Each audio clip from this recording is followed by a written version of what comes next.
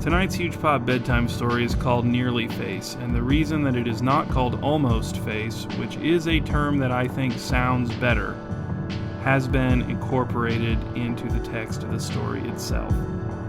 Let's begin. The garden turned out to be a lawn. Had the property been Herb's, he would have referred to the area as his backyard. But maybe that was another symptom of whatever it was within him that prevented him from owning a property like this one. Maybe being the kind of person to call one's rear lawn a garden instead of a backyard improved one's chances of accumulating wealth. Of course, if Herb were to call his backyard a garden, then it would become Herb's Garden, which was unacceptable. Getting people to hit the H at the beginning of his name hard enough had been one of the great struggles of his life. Possessing a garden to which people would occasionally refer would almost certainly lead to pronunciation of his name that Herb did not favor. Knowing that this would be the nicest party he'd ever attended, Herb had dressed well. Better, it turned out, than everyone else in attendance, including the host, Ann Mustall. Herb saw a few other men wearing neckties, but no one else wore a whole suit. Jeans were more common than pants, even. Everyone looked good, though, very well groomed, and it was clear that their casual clothing was more expensive than Herb's formal attire. Thankfully, no one had yet commented on Herb's clothes. But no one had said much of anything to him, so it was hard to tell if they had not noticed how overdressed he was, had noticed but didn't care, had noticed but didn't care to comment, or had noticed but had so far succeeded in their efforts to restrain themselves from commenting despite their desire to do so. Whatever the case, Herb was now alone in the garden, not smoking a cigarette. He had asked Anne, in one of the brief moments between her animated conversations with other guests, where the best place to smoke a cigarette would be, and she had directed him to the garden, but he had never explicitly said that he was going to smoke a cigarette. He stood with his wrists crossed at waist level behind his back and tried to savor the bite of an early March evening. He had told himself that what he sought outside was fresh, cool air, but the air inside the party was not the problem. It was normal indoor air, which he had never found objectionable, and the temperature indoors was faultless too. What he really sought was some distance from the other guests. It was easier to accept not being talked to when there was no one around to talk to him. Not that no one had said hi, everyone had said hi, but no one had seen fit to move beyond hi. It had been hi and only hi. Hi! Herb turned to see a woman approaching who had not, until the moment just passed, yet said hi to him. He was relieved to see her wearing an ankle-length gown. Although the gown's sleeves were long, they were loose and made of flimsy material. It was at least as formal as his suit. The woman's hair was done up in an attractive heap atop her head. In her heels she was an inch or so shorter than Herb. "Hello," said Herb. "It's so nice to see a familiar face," said the woman. "What a relief." "I'm a familiar face?" asked Herb. "I'm sorry, your face isn't familiar to me. Where do you know me from?" The woman was hurt by Herb's lack of recognition, insulted. "We worked together for almost a year. You really don't remember me? You were in a band, and I told you to let me hear your demo songs so I could give you some feedback, but you always forgot to give them to me." Oh, said Herb. "Yeah." The woman still didn't look familiar, and he had no idea what her name might be, but he did remember consciously choosing not to send one of his coworkers his band's demos because he did not want to hear that coworker's feedback. This woman apparently had been that coworker. Herb hadn't been in a band for at least 12 years, so if he had worked with this woman 12 years ago, he would have been 23 at the time, which was around the time he'd been employed at Underbrush, which at the time was the only fully vegan restaurant in Multioak. "We worked together at Underbrush," he said. The woman's face cycled from confusion to irritation. "No, we didn't," she said. "I've never worked at Underbrush. I don't even know what Underbrush is." "It was a vegan restaurant," said Herb, "the only one in Multioak back then. It's closed now." "I'm not vegan," said the woman. "Neither am I," said Herb. "I just worked there. So where did we work together? When was this?" "I can't believe it," said the woman. "You really don't remember me. We worked together almost every day. We had basically the same schedule." Herb hadn't worked that many places. There was only so many places it could be. "Was it at Effortless Insurance?" he asked. "You do remember," said the woman, her self-doubt replaced with a bright smile. "But I wasn't in a band while I worked there," said Herb. "Right," said the woman. "I wanted to hear the demos of your former band." "You wanted to give me feedback on demos of a band that didn't exist anymore?" "Yes," said the woman, "so you could take my advice and have better luck with your next band." "Well, I definitely remember you," said Herb, "but I'm sorry, your name still escapes me. I'm bad with names." He wasn't bad with names. The brightness of the woman's smile dimmed a few notches. "It's Gina," she said. "Gina, right!" Herb bonked his forehead with his knuckles, a gesture which seemed to land with Gina, but it was all theater. Herb didn't remember any Ginas, not even Ginas other than this one, except for a few famous Ginas whom he had never met and only knew of. "Speaking of names," said Gina, "can you believe some of the other people at this party? I saw Hal Bergolic in there. I shook hands with Ross Gallup." "Wow," said Herb. He didn't know who those people were. "How did you score an invitation?" asked Gina. "Are you rich now? Are you powerful? You know, by multi-oak standards, I mean." "No, not rich or powerful," said Herb. "Not by anyone's standards. My daughter goes to the same school as Ann's daughter. I think Ann invited most or all of the other parents with kids in her daughter's class. But most of the rest of those parents are used to this kind of party. I'm not. My daughter is only able to go to that school because of a special scholarship. I could never afford it otherwise." "Is your daughter a genius or something?" asked Gina. "Yeah," said Herb, "by multi-oak standards." Gina laughed. "Well, even though it took you a little too long to remember me, I'm still happy you're here," she said. She paused. "It's cold out here." She pressed the backs of her hands against either side of her neck, which was a warming technique Herb didn't think he'd ever seen before. "Do you want to go back inside?" asked Herb. He was hoping that, once inside, Gina would continue to talk to him for a little bit so the other guests could see him socializing and reconsider some of their possible feelings about him. "Yes," she said, "but before we do, there's something else I need to talk to you about. It's actually kind of the main reason I was happy to see you. Happy and relieved, because I need some help. I'm actually pretty desperate." Herb did not like the sound of this, but maybe she was exaggerating, maybe for comedic effect. Maybe it would turn out the thing Gina needed help with was trivial, and when she revealed what it was, she and Herb would share a chuckle over the seriousness with which she had initially presented it. "I'll help if I can," said Herb, "but I don't know if I can." "But you're on my side, right?" asked Gina. "As opposed to who?" asked Herb. "If I'm on your side, whose side am I not on?" "Everyone in there," said Gina, waving her hand in the direction of the party happening in the indoor warmth. "Why would you be against them?" asked Herb. "Because I'm not a guest," said Gina. "I'm the hired entertainment. And I know you are a guest, but you're some kind of pity guest or something. You're not like them. I saw how no one was really talking to you in there." "I don't think it's pity, exactly," said Herb. "I just think Ann was being polite when she invited me, and I didn't think I'd fit in, but I just wanted to see what these kinds of parties are like, because who knows if I'll ever be invited to another one." "Right," said Gina. "So you're more like me than you're like anyone in there. So you should be on my side, not to mention we're former coworkers and we've known each other for years. I mean, I almost listened to your band's demos and gave you feedback on them. That has to count for something." "But what do you want me to do?" asked Herb, choosing to sidestep the issue of how bonded to each other he and Gina were. "I need you to help me trick them," said Gina. "Who?" asked Herb. "All of them? You need me to help you trick everyone at the party?" "Yes," said Gina, and all the guests. Except for you, obviously. Will you do it?" "I don't think I should," said Herb. "I mean, I still don't know what you're asking of me." "Okay, don't say no yet," said Gina. "I'll explain. So I'm the hired entertainment, right? That's why I'm here. I don't know Ann. She just hired me based on some stuff I was saying online. She found some stuff I'd written about something I said I can do, so she offered to pay me to come demonstrate what I said I can do for her and her guests at this party. And I would have admitted that I can't really do it, but she offered me a lot of money, so I couldn't resist. I figured I had enough time to come up with a way to fake it, to make it look like I can do something I can't really do. But nothing ever occurred to me, and now I'm here, and I don't know how I'm going to fake it, and I've only got a couple hours before I either have to do it or admit I can't do it, or trick everyone except you into thinking I can do it. So I'm still hoping I can go with that last option, because that will mean I don't get embarrassed in front of all these important people and don't have to return the money." "So wait," said Herb, "you don't even know how you want me to help you trick everyone? You want me to come up with a way to trick them?" "I want you to help me come up with a way to trick them," said Gina. "I want us to put our heads together and come up with a foolproof plan."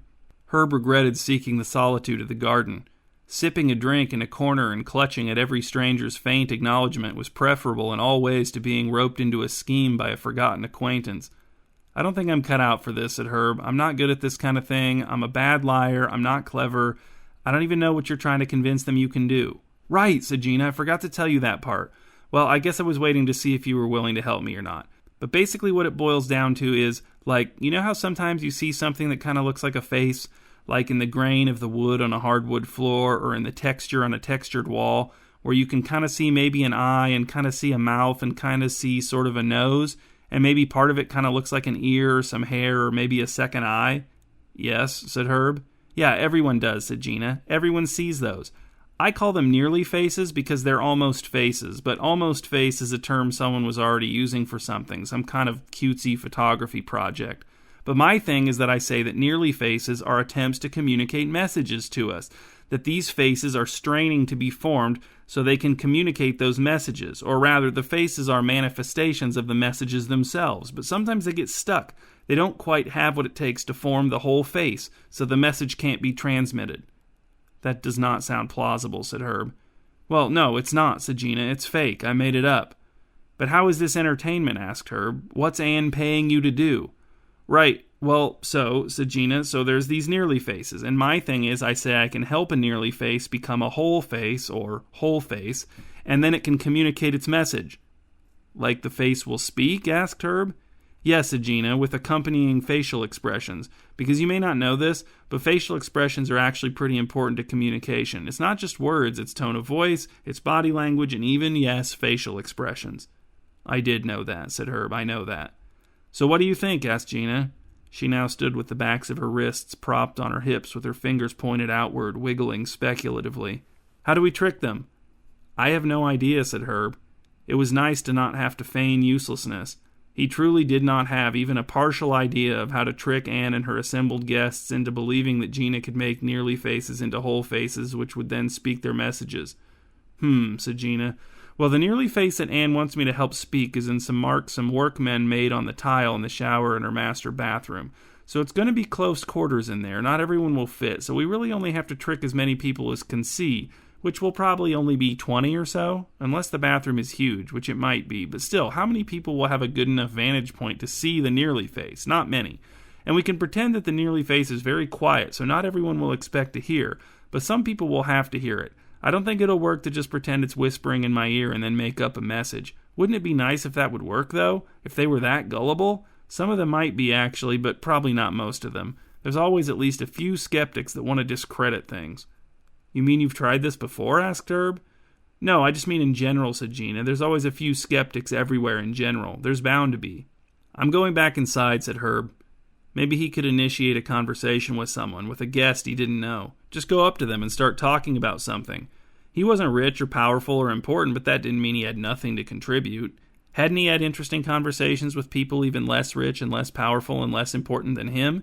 He was sure he had, although no perfect examples came to mind. But wait, said Gina, stepping between Herb and the house. We haven't come up with anything yet. I still don't know how I'm going to trick anyone. I told you I can't think of anything, said Herb. I'm not going to tell anyone you're a fraud, but I think you should tell Anne. What you want to do doesn't sound possible. Just tell Anne you made it all up, or tell her you aren't feeling well, or there's a family emergency and you have to go. You'll have to give the money back, but you're going to have to anyway when you can't do what you said you could do, so you might as well give it back under circumstances where you can salvage a little dignity. What about your daughter? Asked Gina. She's a genius, right? Could you call her, explain the situation, and see if she has any ideas?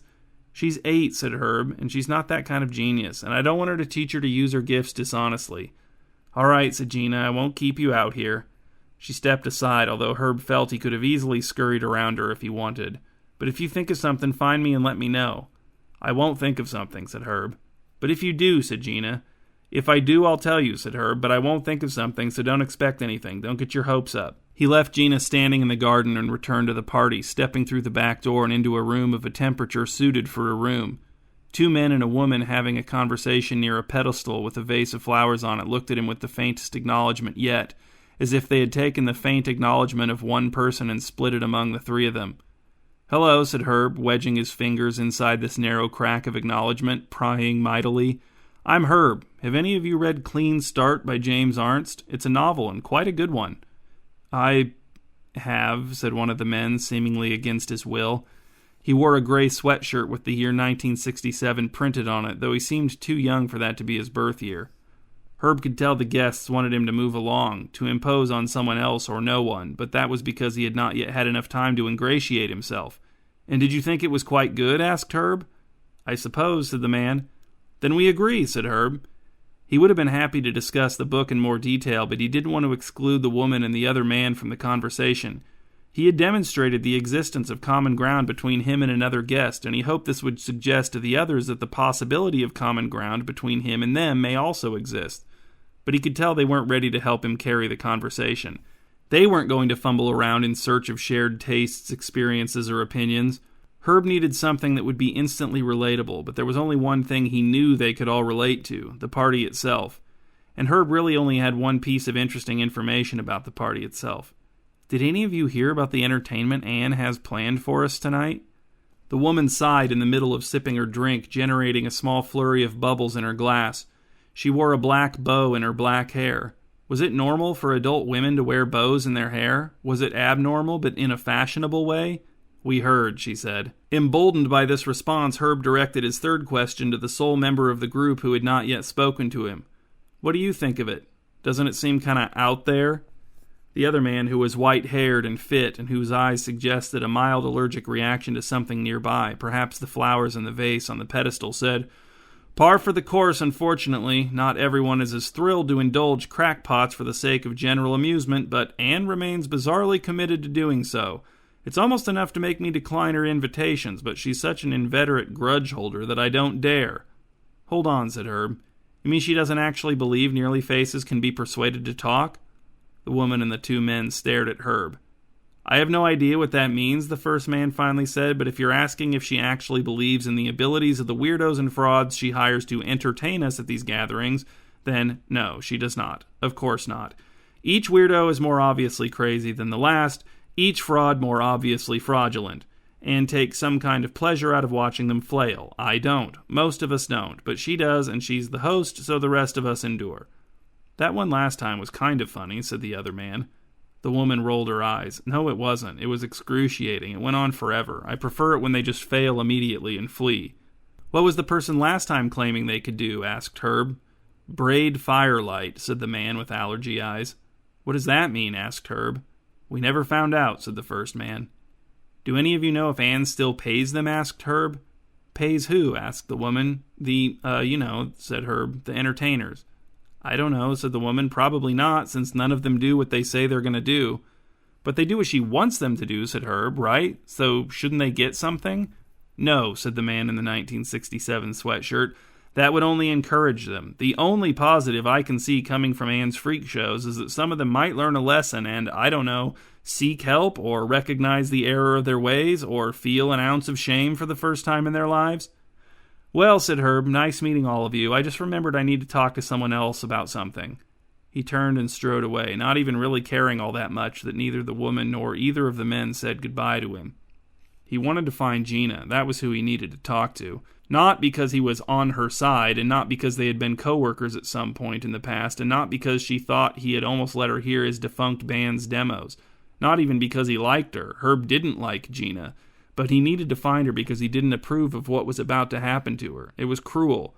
Herb would warn anyone against the fate toward which Gina was headed. He thought that any decent person would.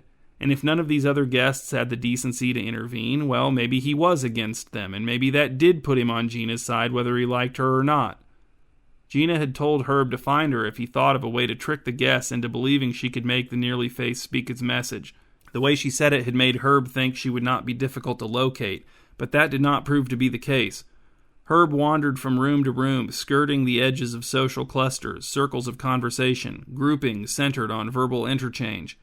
At no point did he feel welcome to join. At no point did anyone offer him more than a glance. But that was all right, because he needed to keep moving. Sometimes lone guests would break free and squeeze past Herb, always focused somewhere beyond him.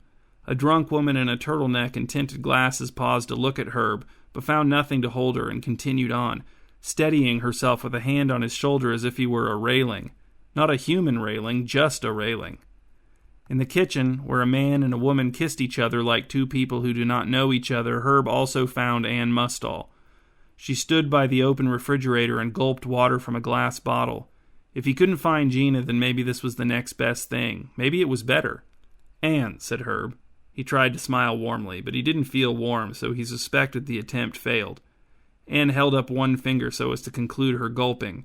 She finished and put the empty bottle back in the fridge, closing the door so gently that Herb feared it had not achieved a proper seal. He resisted the urge to reclose it. "Hi, Herb," said Anne. "Hi, Herb," said Anne, not hitting the H hard enough for Herb's liking. She wore loose sweater leggings and boots that, had Herb been wearing them, he would have worried they'd scuff the floor. She was 46 years old. Herb knew this because Anne had a habit of dropping her age into most conversations. He didn't think she was lying about her age. If anything, she looked younger than 46. Herb didn't know what her husband looked like, but he also knew that Anne made more money than her husband, another fact that regularly found its way into conversations with her or about her. "Are you having a good time?" she asked. "Did you find the garden? Did you enjoy your smoke?" "Yes," said Herb, providing 2 lies and a truth with 1 word, "but I actually wanted to ask you about tonight's entertainment." "Oh, yes," said Anne. She widened her eyes and nodded. "Yes, I'm looking forward to it. Have you heard about it then? Do you know what she's going to do?" "I've heard a little," said Herb. "I've heard rumors." "I'm excited," said Anne. Excited and nervous. Herb detected no irony in her tone. "So you really believe she can do it? You're not just, hoping she'll humiliate herself so we can all have a laugh?" "No," said Anne. The surfaces of her eyeballs became wet. They shone.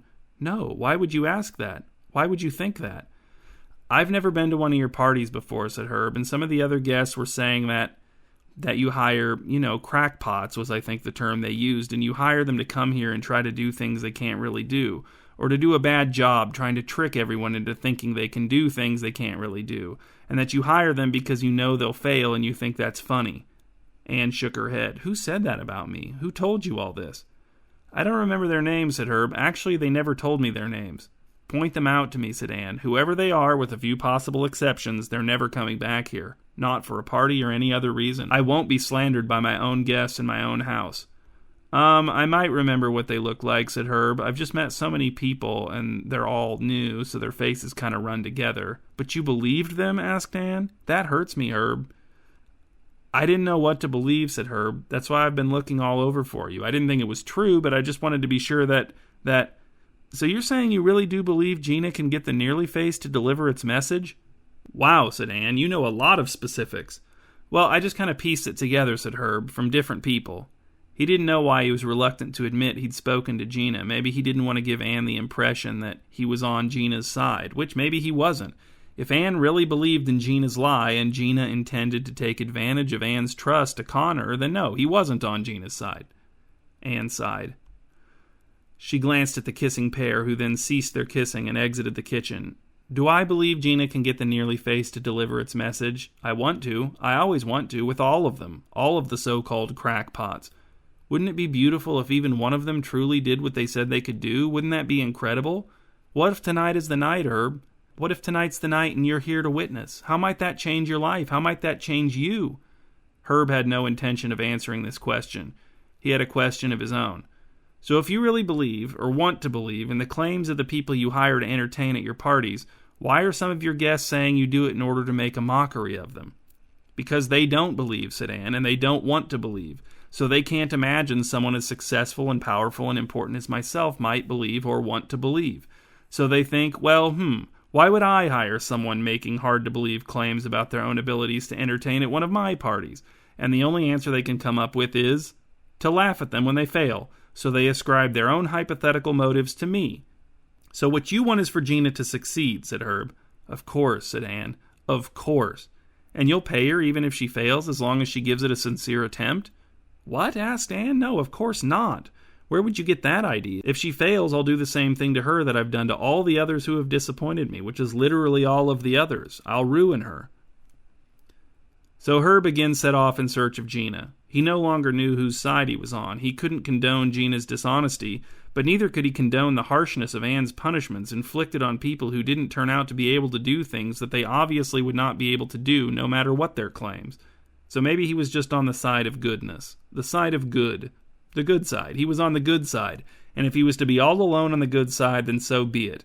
And as the sole proponent of goodness present at the party, it was incumbent upon Herb to find Gina and convince her not to attempt to trick Anne. Maybe if she approached Anne now and apologized, Anne would be willing to simply let her go without paying her instead of marshaling her considerable resources to ruin Gina's life. But Gina was still nowhere to be found. Herb wondered what had become of her. Was she deliberately avoiding him? Was she secluded in a bedroom, preparing for her performance? Was she outside again? Was she still outside? Hesitant to start opening doors in other parts of the house without permission, Herb decided to check for Gina outside again first. He returned to the garden, which was now colder. Gina was not there, but an old jowly man smoking a cigarette was. He wore dark slacks and a windbreaker zipped to his white stubbled chin. He projected an air of someone who would suffer from non-life-threatening ailments well into his 90s and possibly beyond. A breeze that Herb could not feel stirred the man's fine hair.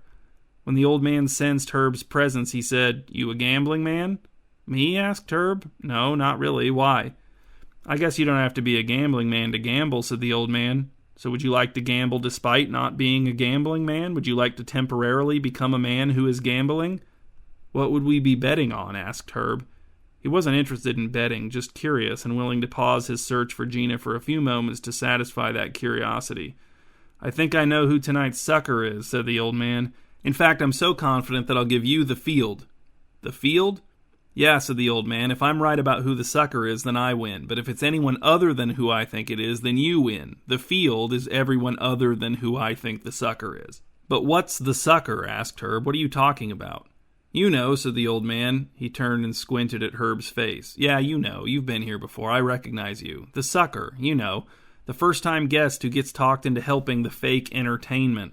The one who willingly aligns with the scammer against Anne, revealing the very duplicitousness that caused Anne to choose them as the sucker in the first place. Someone from the community Anne singled out for public degradation and abasement. You know." "Oh, yeah," said Herb, struggling to keep his insides from dissolving, leaking out of his pores and evaporating, gaseous organs rising toward the stars in the light of bulbs connected to motion-detecting sensors and mounted on the eaves of Anne's enormous home. "Oh yeah," he said again, winning the battle. His insides had not dissolved, nor would they. "And who do you think it is?" "Are we betting?" asked the old man. "Maybe," said Herb. "Depends who you think it is." "I think it's that guy in the suit," said the old man. "That's me," said Herb. "I'm the guy in the suit." The old man squinted again, but this time directed his squint down over Herb's clothing, taking in the suit. "No," he said, "it's a different guy. There must be two guys in suits. You and someone else. I think the other guy in a suit is the sucker, the one no one's talking to." He switched his cigarette from his right hand to his left. "That's me," said Herb. "No one's talking to me." "I'm talking to you," said the old man, "aren't I?" He puffed his cigarette. "Actually, bet's off. Forget I mention it. I don't know what I'm talking about. Actually, I'm just pulling your leg. Just do whatever you were going to do. Do what you think is right. That's my motto, and I tend to just ignore what other people say, especially people I don't know, especially if they seem old and out of touch. And I never go spreading the nonsense other people say. I don't tell my friends. I don't tell my wife. I don't tell, I don't know, the host of a party I'm at, especially if that host is infamous for holding grudges against people who displease her in even tiny ways, like bothering her with some overheard nonsense. No, I just forget any nonsense I hear as soon as I can and don't change my plans in any way." Herb swiveled on his heel and headed back inside, where Gina immediately brushed past him and whispered that he should meet her at the top of the back staircase in 5 minutes. By the time Herb had turned to ask where the back staircase was, Gina had vanished. It took him more than 5 minutes to locate a staircase that he thought could reasonably be considered the back staircase. He had crossed several thresholds that felt off limits in order to reach the staircase, but the old man's accidental revelations had left Herb feeling disinclined to follow any of Anne's rules, actual or imagined. In the dark hallway at the top of the stairs, Gina waited for Herb next to a portrait of Anne Mustall's daughter. The portrait was so flattering as to be inaccurate. "So," said Gina, "have you thought of a way to trick the guests? The entertainment is supposed to start at any moment, and I've still got nothing. You're my only hope, Herb. I'm so nervous. Look at how badly my hands are shaking." She held up her left hand. It shook. "I do have an idea," said Herb. "You do?" asked Gina. "What is it?" "Just leave it to me," said Herb. "I'll handle everything. I'll do it all." "But what is it?" asked Gina, "so I know what to look for." "I said I'll do it all," said Herb. "You don't have to do anything." "But I'm the one who's supposed to be convincing the Nearlyface to talk," said Gina. "I won't get paid if you trick Anne into thinking you did it." "I don't have time to explain everything," said Herb. "Just trust me. I'll make it look like you've convinced the Nearlyface to deliver its message. Everyone will be fooled, you'll get paid, and everything will be fine." Gina smiled. Did Herb detect a trace of guilt in that smile, even a hint of remorse? Had he ever worked with this person at any point in his life? "Thank you," she said. "I'm counting on you." Herb went back downstairs and pretended to mingle, strolling around as if perpetually between conversations, conversing with no one. He knew that he could just leave, that he probably should leave. But if Anne wanted to ruin his life, she was certainly influential enough to do so whether he left or stayed, and at least if he stayed, he had an opportunity to spoil her evening. Herb didn't know why Anne had chosen him to be the sucker, as the old man had referred to Herb's unwitting role at the party, but he suspected it had something to do with their daughters. Maybe Anne resented the praise Herb's daughter received, all the genius talk, the way it overshadowed her daughter's more modest accomplishments. Or maybe none of what the old man had said was true. Maybe the old man was wrong and Anne was telling the truth. Maybe the people he'd spoken to when he'd come in from his first encounter with Gina were correct. Maybe those people, Anne and the old man, were all lying. Maybe they were all mistaken. In any case, Herb had to see this through. He had to find out what would happen if he joined the rest of the guests upstairs in the master bedroom for Gina's performance and did nothing to help her. After much longer than Herb had anticipated given Gina's urgency at their back staircase rendezvous, word began to spread among the guests that it was time to go upstairs, and people began to move toward the grand staircase in the large open entryway just inside the front door of the house. Herb now thought of it as the front staircase as he joined the migrating crowd. No one paid him any special amount of attention, nor any normal amount of attention. Was this suspicious? Was it just rude? Was it neither? Upstairs, the guests proceeded past many closed rooms to the end of a long hallway where the door to Anne's master bedroom, predictably spacious, stood open. Anne was positioned just inside the doorway, directing traffic and selecting people for prime viewing positions in the bathroom itself. Herb reflected that if Anne didn't choose him for the bathroom, then he could safely categorize the old man's ramblings as the ramblings of an old man, let go of his paranoia and go back to being comfortably on the side of good in a way that did not directly affect him. Except for the fact that in one of the possible scenarios, Gina would be relying on him to save her, he would not be positioned close enough to even try, and Anne would ruin her life. But there were just too many variables. Herb had been fed too much contradictory information. No one should expect anything of him given the circumstances, even if they weren't fully aware of all the circumstances. "Oh, Herb," said Anne, touching his shoulder as he entered the bedroom, "I definitely want you to be present in the bathroom, given our conversation from earlier. When something happens, I want you to be right there to see." Herb joined the small group in the bathroom. Other than Gina, who stood by the shower looking anxious, Herb knew nothing about any of the other people Anne had granted a favorable vantage point, so he couldn't make any inferences about what their presence in the bathroom might mean. What if the old man had been right about everything except for his theory about the sucker's identity? What if one of these other people was the sucker? But no, Gina had attempted to enlist Herb to help her, and succeeded in doing so as far as she knew. He wondered how much she would be paid for her role in degrading him, abasing him, and revealing his duplicitousness. Or trying to, anyway. Would she still be paid if he ruined her attempt to degrade him, abase him, and reveal his duplicitousness? Or would Anne punish that variety of failure in the same way she claimed to punish entertainers who couldn't do what they said they could? Anne came into the bathroom and stood next to Gina, placing a steadying hand on Gina's arm. All right, she said. "I hope everyone out in the bedroom can hear me?" A voice from the bedroom said, "We can." Herb looked over his shoulder and was surprised to see that plenty of room remained in the bathroom. At least 10 more people could have been comfortably allowed. Guests in the bedroom leaned forward to peer through the doorway. Directly opposite the doorway, the man in the 1967 sweatshirt leaned against a dresser set on the far wall and held his phone up as if filming. "All right," said Anne. "In a moment, I am going to open the shower door. Inside, you will see some markings on the tile caused by some clumsy workmen. I was going to call the company they work for and insist that they come back and repair the damage, but, well, you'll see it for yourselves shortly, but before I had a chance to call, I noticed that the markings, if viewed in a certain way, almost look like a face. When taken together, not as separate markings, but as a set of markings that belong together, they nearly look like a face. Like a human face, specifically, or humanoid at the very least." She paused, but did not seem to expect anyone to comment, and no one did. I won't bore you with the details of how I discovered my new friend Gina here, but suffice to say, Gina is an expert on what she calls, and I think this is so cute, but what she calls nearly faces. It turns out that, according to Gina, nearly faces form in not quite successful attempts to convey an important message to someone. In this case, we have to assume that message is meant for me, since it formed in my shower. Now, there's a lot more to it, and we'll be happy to discuss it after Gina does her thing, but for now, I'm just too eager to get started. So what's going to happen is I'm going to open the shower door, revealing the nearly face. We would like all of you to maintain silence, not complete silence. A little natural noise is okay, but don't speak at least, because Gina needs to concentrate on the nearly face very intently in order to assist it in its transformation into a whole face, at which point silence will be even more important, because the nearly faces, when they become whole faces and speak their messages, don't always speak very loudly, although this one might. Who knows? Anyway, let's be quiet now. She paused, listening to the sustained quiet which had settled over the observing guests as soon as she began to speak. "All right, and I'm going to open the shower door, and then this will become Gina and the Nearly Faces show." Gina smiled without parting her lips.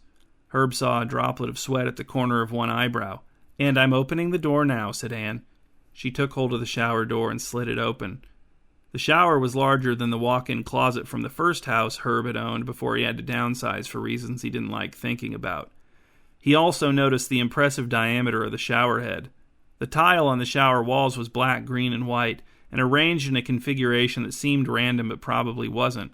His daughter would have been able to see the pattern. Herb couldn't. But he could see the Nearlyface. The markings that composed the Nearlyface were mostly on 2 pieces of adjacent white tile and partially on a 3rd piece of green tile.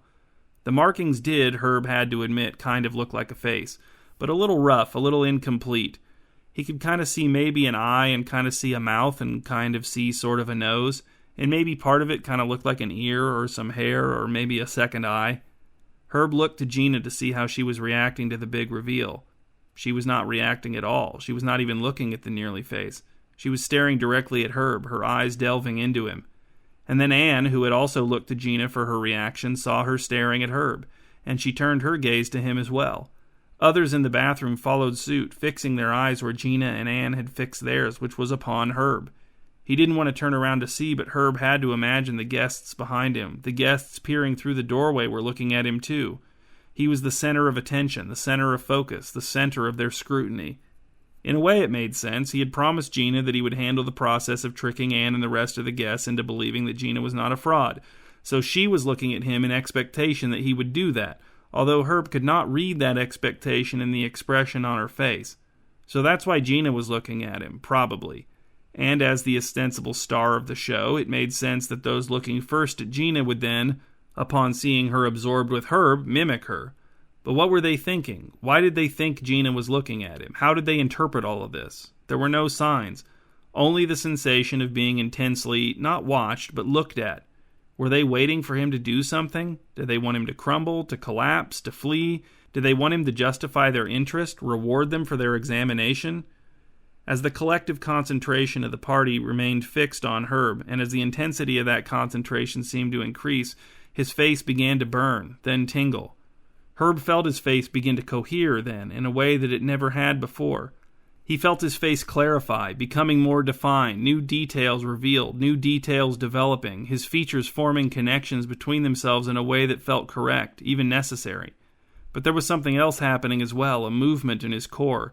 Not his core as in the muscles in the midsection of his body, but his core as in the core of his being, which also happened to feel like it was located in the midsection of his body. This movement, Herb realized, was the launching of a slow vessel. He thought of it as a vessel, from his core, yes, but destined for his tongue. It was, he realized, a message. His first impulse was to swallow the message, to conceal it, to not give Anne the satisfaction of hearing it delivered, but his second impulse was to utterly reject his first impulse, because he wanted to deliver the message. Oh, how he wanted to. It was all he wanted. And as his face became more and more whole, the vessel bearing the message, or maybe the vessel was the message, picked up speed. And then, abruptly, his face was whole. Herb had, for the first time in his life, a face that was truly whole, a whole face, and the message was on his tongue. All he needed to do was speak it, and he spoke it. "Invest heavily in Austerlin Group Incorporated," said Herb. When Herb got home, his daughter was still awake, lounging on the couch and watching cartoons. "Why is she not in bed?" asked Herb. "She tricked me," said the babysitter. "That's my girl," said Herb. "Whose side are you on?" asked the babysitter. She sounded genuinely upset. Herb didn't know how to answer. The babysitter's question was more fascinating than she knew. Herb's daughter looked up at him for the first time since he'd entered the house. She wrinkled her nose. "Ew, Dad, what happened to your face?"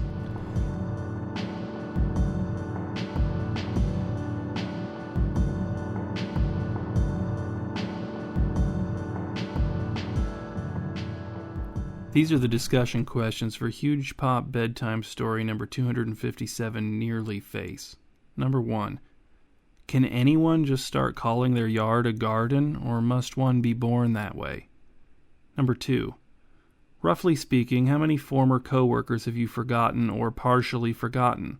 How many have forgotten you, or at least forgotten important things about you? Number 3. If you were to hire a crackpot to entertain the guests at your party, how pure would your motives be for doing so? If necessary, invent some sort of motives purity scale to answer this question as precisely as possible. Number 4.